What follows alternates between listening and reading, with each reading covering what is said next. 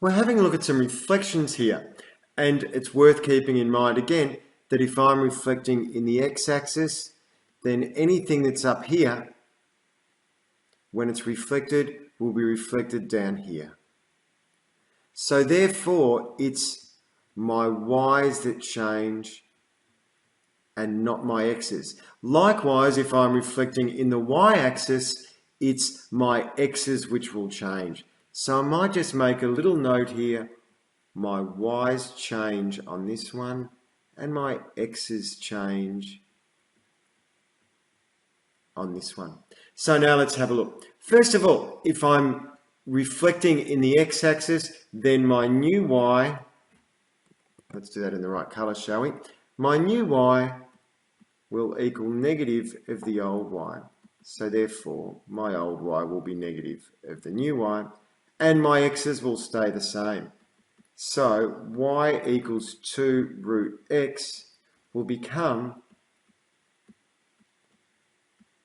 new y equals, and that'll be negative because it's new y, 2 root x, or therefore my new y equals negative 2 root x. And there's my reflection in my x-axis. Now I know that's the case because if I were to draw this function, which looks something like that when I started, y equals 2 root x, when I draw the reflection, it's going to look like that, and we know that that's negative 2 root x. Now let's have a look at a reflection in the y-axis. Now here my y's will stay the same, but my new x will be negative of my old x, so therefore my old x is negative of my new x. And y equals 2 root x will become y equals 2 root negative x.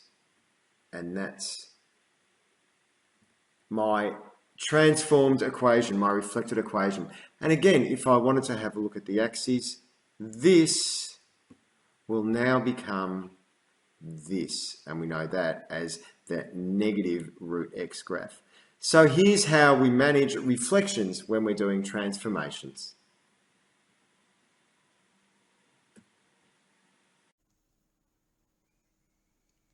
If you found this video helpful, please subscribe or like.